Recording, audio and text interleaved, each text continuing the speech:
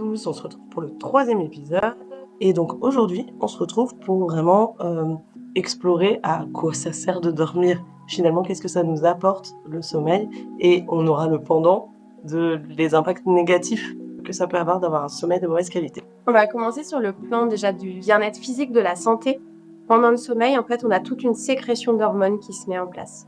On va avoir l'hormone plutôt de croissance, qui permet de grandir. Du coup, l'hormone qui va booster le système immunitaire pour protéger de certaines pathologies.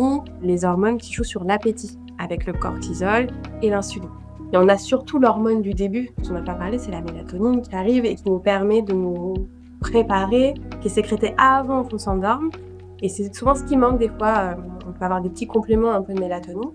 Mais voilà, d'avoir la mélatonine qui arrive et qui nous permet de nous endormir. Et en fin de nuit, en fait, c'est le cortisol qui prend le dessus. Donc, c'est l'hormone du stress.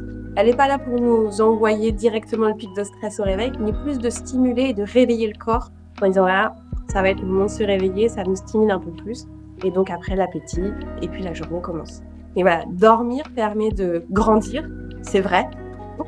On peut dire ça à nos enfants, ils vont pas prendre 4 cm le matin, mais en tout cas, dormir permet de grandir, d'être en bonne santé, d'avoir un bon système immunitaire et du coup de pouvoir affronter sa journée aussi derrière. On va aussi avoir un impact important sur la question du bien-être moral et des émotions. On va tout de suite vouloir aller sur la gestion des émotions, mais c'est aussi et avant tout des effets positifs sur l'humeur. Quand on est reposé, on se sent plus en forme, et se sentir en forme physique aussi, ça influe sur une humeur plus agréable et donc potentiellement une meilleure gestion aussi des émotions qui sont un peu plus désagréables, des frustrations, donc avec une diminution des crises. Je pense qu'on voit tous de quoi on parle. Un enfant fatigué et plus ronchon va avoir plus de mal à gérer ces moments de frustration, des choses comme ça.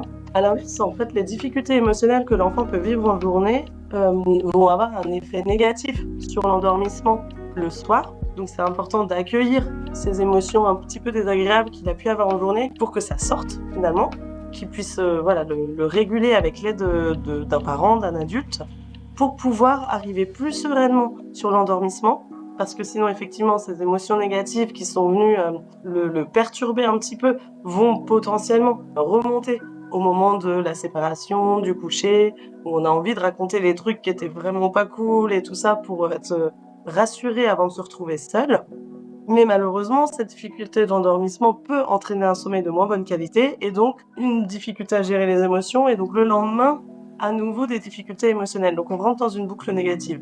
Donc là, je fais le pendant sommeil-émotion aussi sur l'importance en tant que parent et en tant qu'adulte qui accompagnons les enfants, d'être vraiment à l'écoute de l'expression et même des émotions désagréables pour qu'ils puissent en fait comme passer au chapitre d'après et ne pas avoir un cumul qui va ressortir au moment du coucher. Quand je dis tous les adultes qui accompagnent l'enfant, je fais le lien aussi entre le sommeil et les apprentissages. Pendant la nuit, en fait, on a vraiment le transfert des nouvelles informations qu'on aura vues dans la journée. C'est le cas pour les enfants, mais c'est le cas pour les adultes.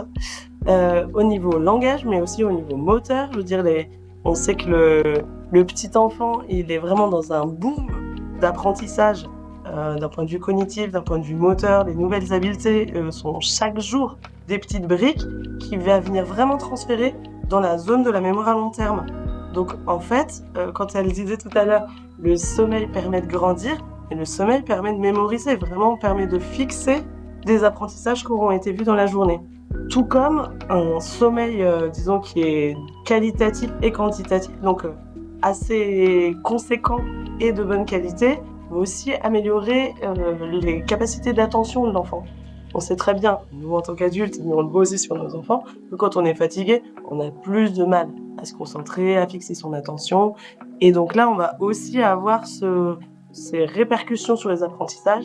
Un enfant qui est fatigué, il est beaucoup moins disponible cognitivement pour les apprentissages. Et comme il est beaucoup moins disponible aussi émotionnellement, il y a un lien direct avec s'il est ronchon pour un peu tout, en fait, les activités d'apprentissage du lendemain, elles vont être aussi un petit peu plus impactées.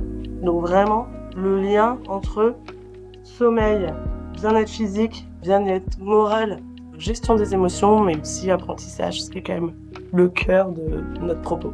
Alors dans une prochaine vidéo, maintenant, nous allons voir comment favoriser le sommeil réparateur. Parce qu'on a parlé de qu'est-ce que le sommeil, à quoi ça sert, les difficultés de sommeil, mais concrètement, on fait comment? Donc on va essayer de répondre à ces questions-là la prochaine fois.